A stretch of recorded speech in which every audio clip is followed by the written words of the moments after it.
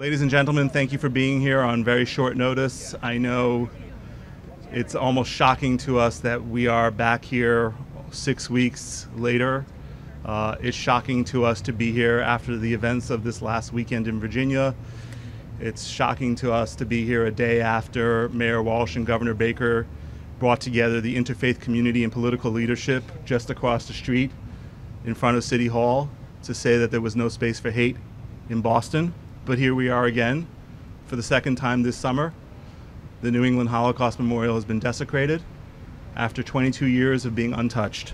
For the media, just information, my name is Jeremy Burton, Jeremy Burton. I'm the Executive Director of the Jewish Community Relations Council. We are going to hear from a number of people who've all been asked to be brief, so hopefully they'll work along with you. And we will hear first from Mayor Walsh and then Mayor Christensen of Malden. And then we will hear from several ministers, a member of the Holocaust survivor community, a member of the generation after, second generation of the survivor community, as well as Barry Schraeg, the CEO of Combined Jewish Philanthropies, which is the manager of this property on behalf of the Jewish community and the city of Boston. So first up, we're very appreciative to have Mayor Marty Walsh. Thank you, Jeremy. And I want to thank the Jewish Community Relations Council. Certainly we're all upset that we're gathered here again under such terrible circumstances. And I've received many phone calls today, and many of them are here from elected officials from both in the city of Boston, but around the Commonwealth of Massachusetts, and I'd like to thank them. We have City Council Mark Sioma with us, City Council Matt O'Malley with us, City Council Michael Flaherty with us, George Zakem, City Councilor Anisha Sabi George, State Representative Jim Cantwell. Obviously, the Speaker of the House is here with us as well today. Thank you, Mr. Speaker. We have Mayor Christensen is here with us as well from Malden. I want to thank the Mayor. Will come up and speak in a few minutes, and all the other elected officials. If I miss you, I apologize. Certainly, Commissioner Evans is with us as well. The wounds from the last time this memorial was broken just 6 weeks ago are still very fresh. My heart goes out to all the Holocaust survivors and family members and members of the Jewish community. We don't know exactly what the motives are, what happened here, but we are worrisome that this is a resurgence of hatred, and we're seeing today in this country. It's a climate that encourages hate and attitudes and actions that our country has worked hard to overcome. We're not going to we're not going to get into letting that climate grow here in the city of Boston. It's about time we need to turn the page and move on. Our Holocaust survivors teach us never to forget. That's what this memorial teaches us as well. That lesson rings true even after last weekend. Yesterday, not too far from this very space, we held a press conference to respond to the attacks in Charlottesville and to the upcoming conversation and rallies that are coming this weekend to our city, allegedly. We made it clear yesterday, and we're going to make it clear again today, that there is no place for hate in Boston. As Bostonians, we stand together in solidarity with our diverse community and our diverse nation. We give that same message today as we pick up the broken pieces of glass and rebuild that panel together. I want to repeat, as I said at the memorial rededication a few weeks ago, Boston stands with the Jewish community forever and always. And I can speak on behalf of my colleagues that are here with us. We all feel the same. And this beautiful memorial will continue to stand here in the heart of our city, just as it has for the past 20 years, and for many more to come. I want to thank everyone for coming out today, and to let you know that we're going to continue to stand together. We will get through these times. It's important for us to do that. It's important for us to pass along love as we go out there. The phone call that I received this morning, actually late last night, was from a man who I was a friend with before he became the mayor of his city. He called me up and he said, "Marty, I want to be there for Boston because the young person who did this lived in my city." I said, "Mayor, it's not a reflection of you or your city, but I appreciate the fact that you want to stand with us here in Boston, the Jewish community." That was before we knew there was going to be a little press conference. I called the mayor a couple hours ago. I said, "Mayor, love to have you in the city of Boston." He said, "I'd love to be there." I'd like to introduce you, the Mayor of Malden, Mayor Christensen.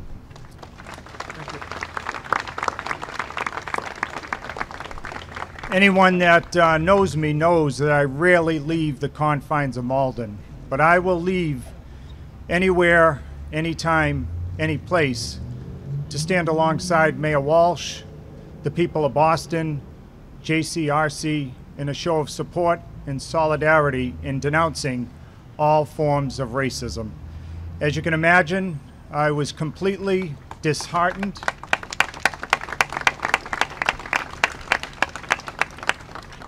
As you can imagine, last night I was completely disheartened for the city of Malden, but not defeated. And that's why this morning we met with our police chief, our clergy, people of Malden, and if you need any evidence that we are still in this, I got an email from a resident whose mom survived a concentration camp. She wasn't upset, she wasn't mad. She just wanted to know that she would be willing to meet with this young man to offer anything that she could to provide a lesson in understanding of what happened and how we can move ourselves forward. So again, on behalf of the city of Malden, this is a very difficult moment for us all, but it's why we're here, to fight back and keep us moving forward for the next generation of leaders. Boston strong.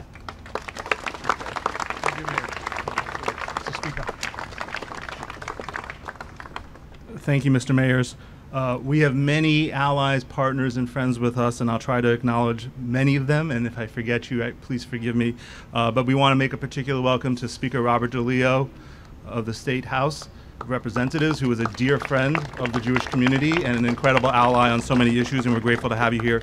We also have many other elected officials: Senator Barbara L'Italienne, Senator Patrick O'Connor, Senator Willie Brownsberger, Rep. Danielle Gregor, as well as representatives from Governor Baker's office, Senator Warren's office, and Congressman Kennedy's office, all of whom quickly reached out last night and made public statements of support to be clear about the message today. I'd like to welcome up to the podium a dear friend, a partner, an ally in the work in the interfaith community in Boston, Reverend Liz Walker of Roxbury Presbyterian Church. Thank you, and I am here representing the Greater Boston Interfaith Organization, Christians everywhere, people of faith. My words, however, are a little more personal, and I am very close to tears. This has been a rough week, and these are trying times. When I was coming this way, I saw a sign that says, "Our lives begin to end the day we become silent about the things that matter." And I thought, that's why I'm going there, and that's why I'm standing with my brothers and sisters, my friends. But try as I might, I cannot find words that are adequate enough for this moment. I'm sorry is all I have, and it does not seem like enough. Laying blame, vowing more vigilance, seem to fall short too, to me. So much seems to be wrong in this country these days. Everybody is talking, and I'm still not sure exactly what is happening and what it all means. But I know that our increasing capacity to hurt each other breaks my heart. And so I have decided that the best thing I can do, because I have no words, is to show up. And that's why I'm here. To show up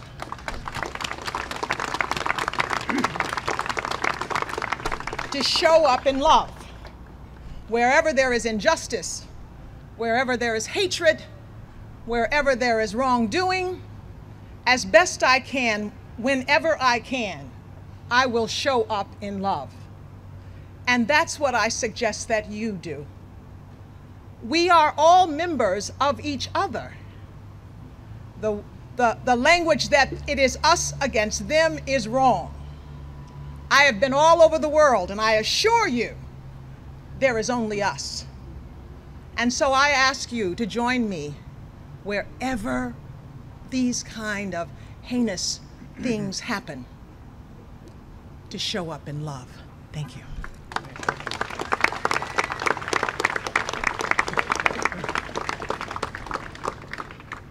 Our next speaker is unfortunately, sadly familiar to many of you this summer because we have been here so many times.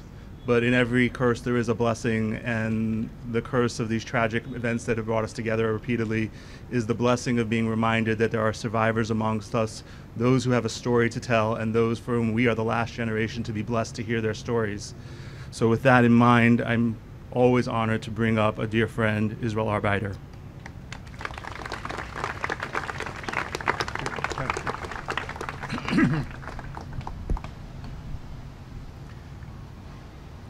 Hello, you heard already. My name is Israel.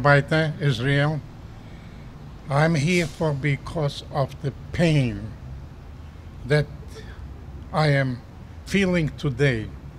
But let me bring you back a little and tell you how I came to that. I'm a Holocaust survivor. I'm a survivor of Auschwitz. My family, my mother, my father, and my 7-year-old brother were murdered in the gas chambers of Treblinka.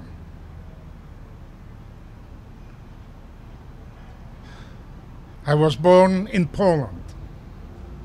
The scene like this today, the news of the day in Poland happened quite often. I wasn't in a way used to it. But to me, as a Holocaust survivor, and one had lost his entire family, building this memorial with my dear friends, especially Steve Ross, who asked me to join him to build this memorial. And to me, this memorial was a special and a holy thing. I was here very, very often, speaking for schools, for young people, and every time I came here, for whatever reason, it brought me back in the memory of that day of October 1942, when as a teenager I watched without any possibility of helping my dear parents and my brother being taken away to be murdered in the gas chambers. And so every time I come here, I see the scene, I see it of my front. It's been over 70 years, and not one single day did it go away from my mind, did it leave me, the scene that I've seen on October 26, 1942 in a camp in Poland, in Strachowice.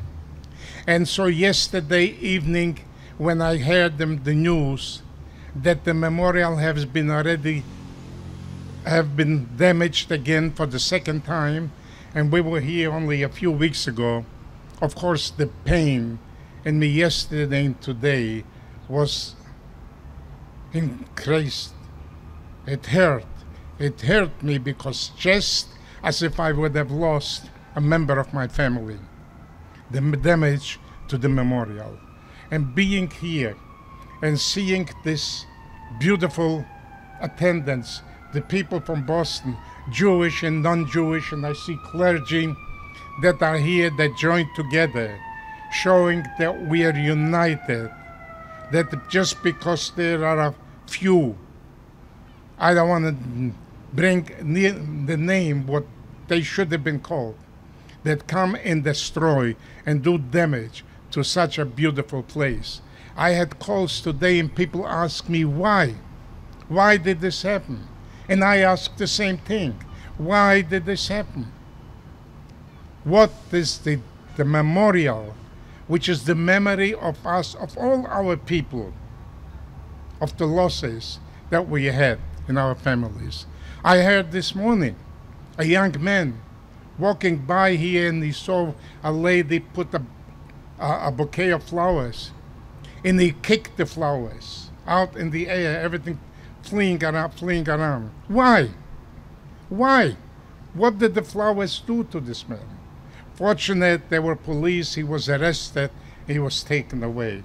I do hope, and I don't know yet what happened with the previous fella that broke the glass on the other side. What happened to him? Whether he got a medal for that. And what are we going to do with this one? Is he going to be punished for it? Or is he going to show to the people, here, I'm big, I'm strong, I'm important, I could do damage to the memorial and to other things, and nobody is doing anything to me.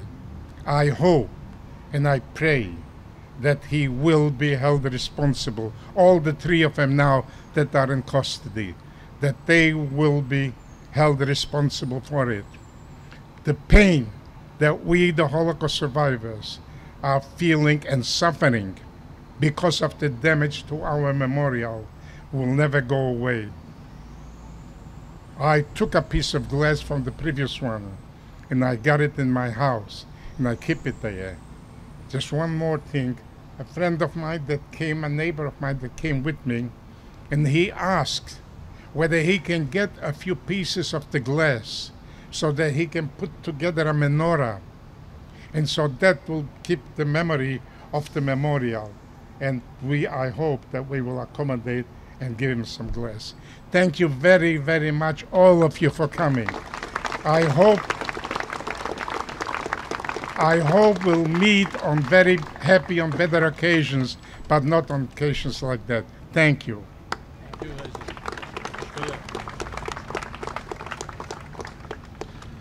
I want to acknowledge the presence and thank some friends and allies of our community, in particular the Consul General of Germany, Rolf Holloman, the Deputy Consul General of Israel to New England, Natan Zamir, the CEO of Facing History and Ourselves, Roger Brooks, who is a partner in the education around the memorial, and the Executive Director of the Mass Council of Churches, Reverend Laura Everett.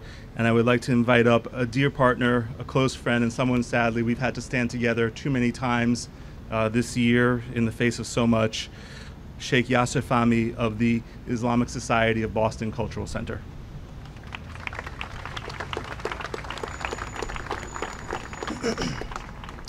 Good afternoon.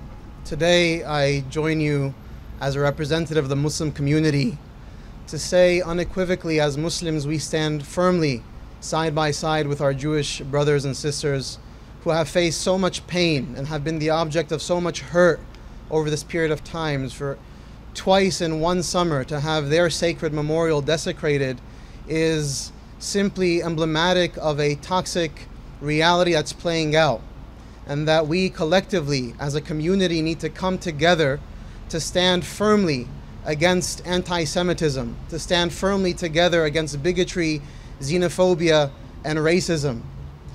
In our tradition, God, in the 40th or the 22nd chapter of the Holy Quran, in the season which is a sacred season that is coming upon us, which is the Hajj season, where millions of Muslims will make pilgrimage across the world to the sacred sanctuary in Mecca. In that chapter in the Quran, in the Holy Quran, God speaks to us in a very profound divine dictate about what He expects of His creation, where He says, if it weren't for the fact that there are a grouping of righteous, honorable people, people of good conscience, people of mercy and justice, who come together and push back beautifully and with excellence, with mercy and justice against such ugly forces, then you will see the destruction of monasteries, churches, synagogues, and mosques. This is verbatim referenced in the Holy Quran. What this is for us as a people is a call to action, that we have to stand up together. We have to confront with beauty, with love, with justice, with mercy, this toxic ideology that unfortunately continues to rear its head. To hear those chants in Charlottesville, to see what was being said about our Jewish brothers and sisters was extremely painful. To see the death of an innocent young woman who solely sought to stand there firmly, to be present and to speak out simply against this ideology is very painful. And so I hope and pray that on a day like today, we look at this memorial and we take it as a sign that God in our tradition speaks in the language of signs. And such signs are for us a moment to wake up, to be present, to stand firm and to never be apathetic or complacent. Because very often, if we are complacent, we are complicit.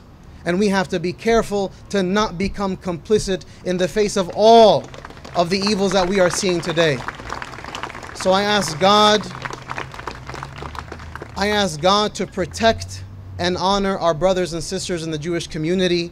I ask Him to descend His mercy and His grace and His beauty and His love upon our city and upon this nation and upon this world. Thank you so much.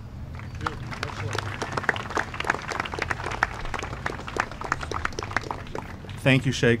The Jewish Community Relations Council, for those who don't know, is a network making up the organized Jewish community of Greater Boston, consisting of 42 member organizations and over 130 synagogues. We are now going to hear from leaders within 2 of those organizations. First, we will hear from Dan Levinson of the New England region of the Anti-Defamation League, who has been working the phones all night with Boston PD. And then we will hear from Janet Stein, who is the president of the American Association of Holocaust Survivors and Generation After.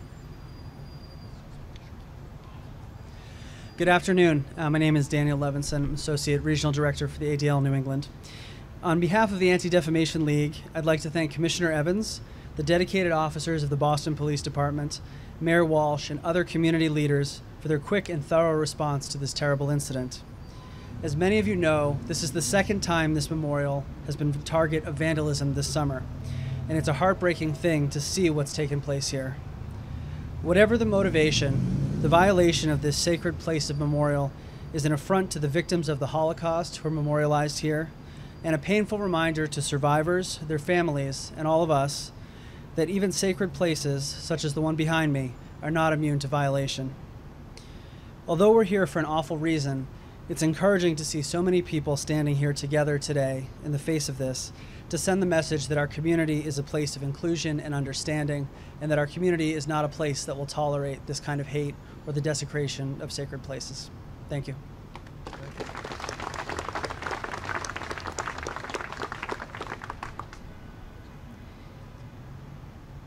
Kristallnacht, the night of broken glass. For many, it was the end or the beginning of the war. For my husband's family, his father survived that night. The rest of the family did not. My father's family all perished in Auschwitz. For the survivors in our community, most of which never had graves to visit for their families or funerals for them, this monument behind us is not just a city monument. It's a sacred memorial site. This is the place that we come to say memorial prayers for those we lost, from Kristallnacht through to the end of the war. On behalf of the survivors in our community, we would like to extend an invitation to the high school students in Malden and in every city in Greater Boston to come to this memorial, to hear from survivors, to hear from children of survivors, to understand that these are not just glass pillars. This is a sacred site. May those 6 million who perished rest in peace, knowing that we are here. May they know that we will not allow their memories to be forgotten, and that we will make every effort that we can make to help educate those who have no understanding of what this memorial represents. Thank you.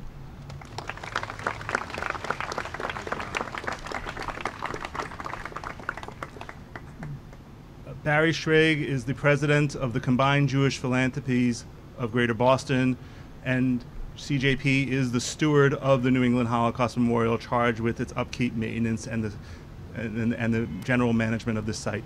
Barry Schrage.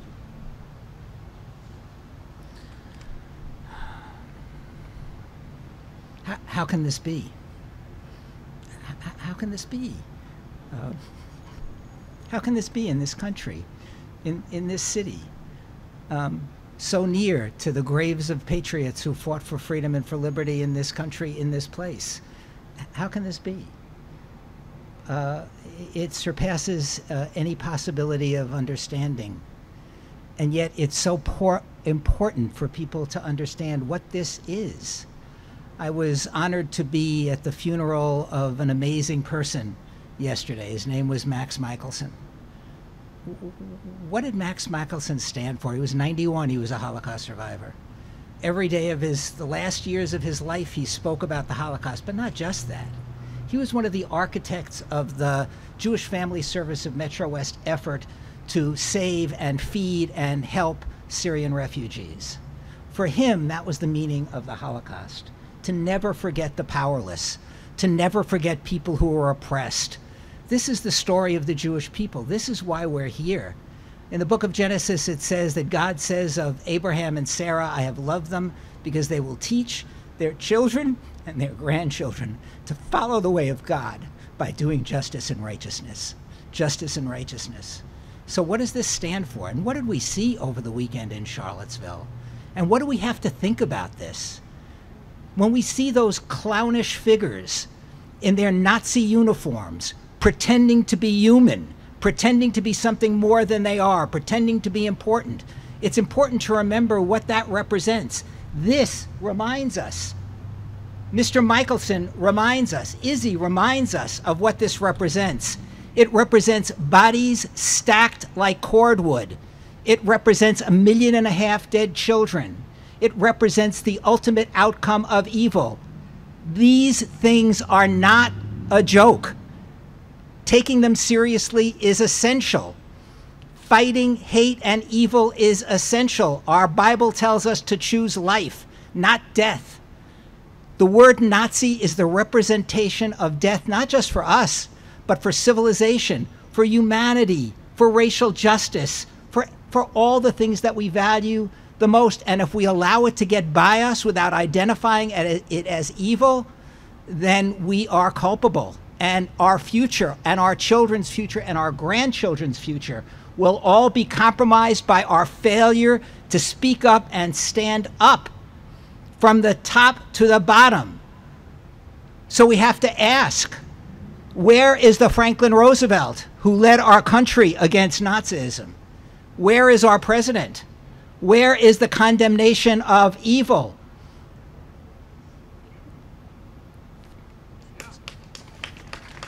So we must hear, and the president must hear, the voices from every patriot grave.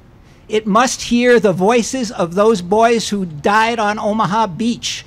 It must hear the voices of every human being, millions and millions and millions, not just Jewish people, millions of people around the world who died at the hands of the Nazis, and say, this is an atrocity. This is atrocious. This needs to be condemned from the top of the country to the bottom. This is our task.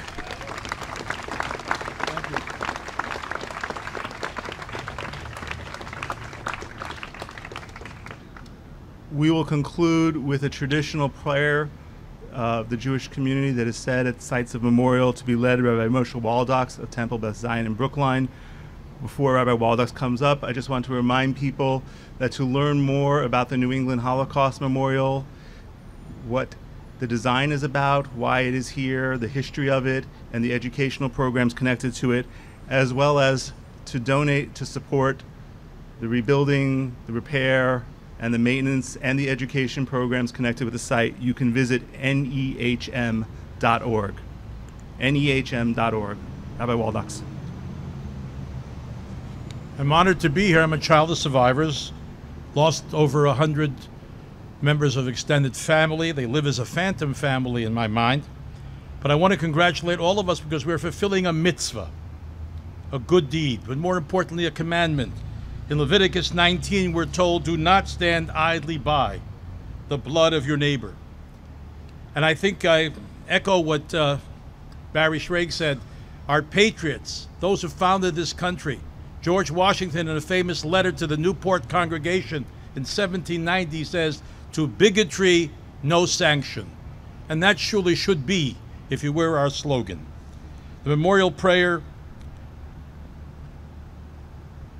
says, God of mercy, he who dwells on high, let him bind the souls of all of those who have died through the atrocities of the Nazis and make them like the stars of the firmament, and to bind them in the bonds of eternal life. I'll be reciting it in Hebrew. El more rachamim, shochen b'maromim, dayan almanot ve'avi yetomim, hamtzei menucha nechona, al kanefei hashechino.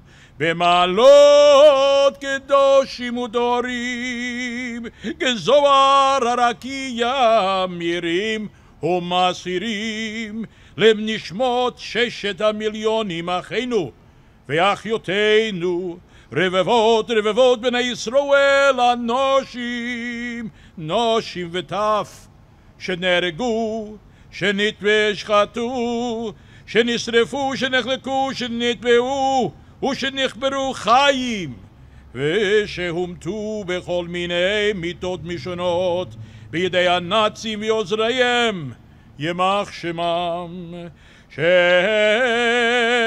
הנשמות שהלכו לעולמם על קידוש השם. בעבור זה אנחנו מתפללים לעילוי נשמותיהם. לכן ברחמים יסתירם בסתר כנפיו לעולמים, ויצרור בצרור החיים בנשמותיהם, בגן עדן תהיה מנוחתם. אדוני הוא נחלתם, ונאמר אמן. Amen. The New England Holocaust Memorial is open 24 hours a day, 7 days a week. It was reopened within hours last night thanks to the work of Boston Public Service workers. We invite you, if you have time, to come through and to reflect and to take in the space. The panel that was shattered, for those of you who are about to go through and to experience this, is the first pillar as you enter from this end, and it is the panel on my left on the first level that had the numbers etched into it. You can see there's one panel there which has a panel of reflection and passages, but the external panel is the one that was shattered there. So we invite people to come through the memorial and experience this space as it is intended. And we look forward to announcing a time for the rededication and the restoration of the space very shortly. Thank you for being here.